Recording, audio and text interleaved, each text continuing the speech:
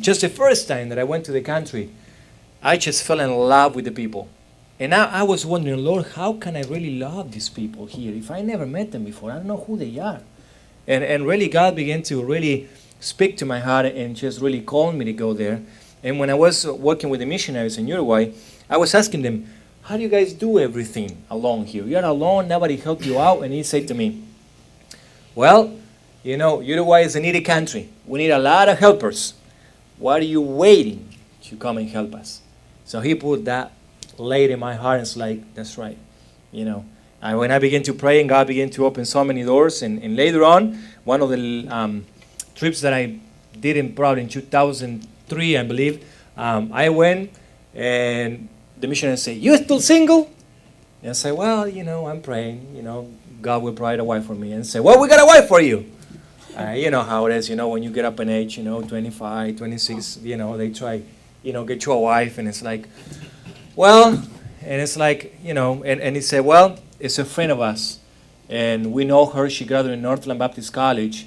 She lives in Massachusetts. And say, no way. You know, I live in Argentina. You know, she lives in Massachusetts. And say, well, I want you to pray about that. Well, I came in contact with Becky, and when we were sharing testimonies, she asked me who was the man that gave me the gospel tract for the first time. So I gave the name, Scott Brackett.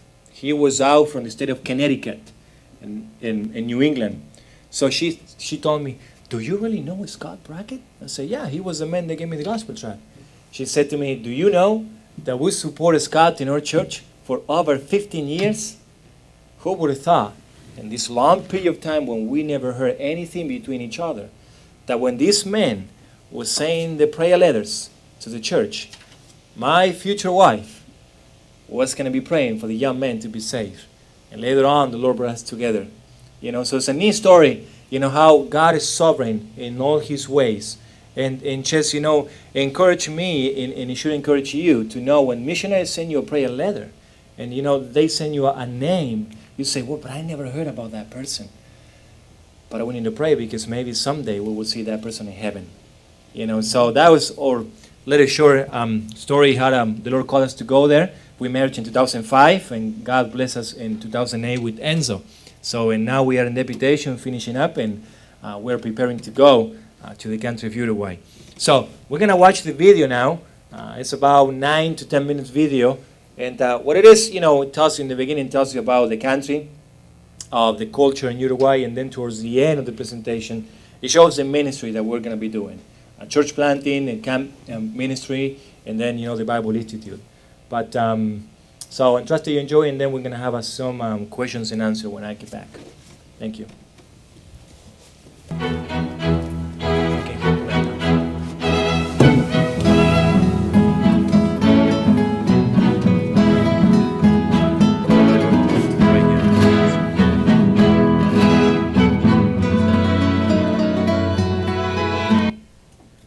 Be thou my vision. Hello, we are the Proto family, and we will be serving in Uruguay, South America.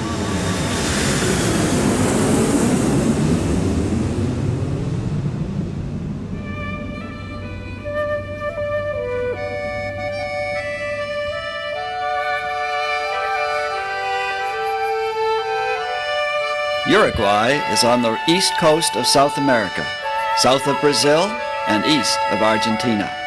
The country consists of low, rolling plains in the south and a low plateau in the north. Uruguay has a total land boundary length of 972 miles and a coastline of 410 miles. The Uruguay River and the Rio de la Plata separate Uruguay from Argentina. The country's capital city, Montevideo, is located in the southern part of the country on the Atlantic coast. Uruguay is the second smallest country in South America after Suriname. About 3.5 million people live in the country. Most of Uruguay's people are of European descent.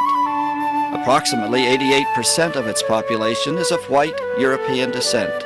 Spaniards, followed closely by Italians, and then French, Germans, and Portuguese. Uruguayan gauchos, their cowboys, proudly wear the distinctive clothing of their ancestors. They sport baggy pants, wide-brimmed black hats, Uruguay has one of the highest rates of literacy in Latin America at 98.2% of the adult population. 6 years of primary education is compulsory. Uruguay has a warm, temperate climate. Located south of the equator, Uruguay experiences its warmest months in January and February, when the average temperature is about 75 degrees Fahrenheit. The coldest month is June, when the temperature averages 50 degrees Fahrenheit. Uruguay has a middle-income economy, mainly dominated by the state services sector, an export-oriented agricultural sector, and an industrial sector. The country relies heavily on trade, particularly in agricultural exports, leaving the country vulnerable to slumps in commodity prices and global economic slowdown. Gas is very expensive in Uruguay, more than what we would pay here in the States. Because it costs over $5 a gallon, it's very expensive to own a car in Uruguay. For that reason, most of the people ride on motorcycles, bikes, old cars in good condition, or in some cases, horses.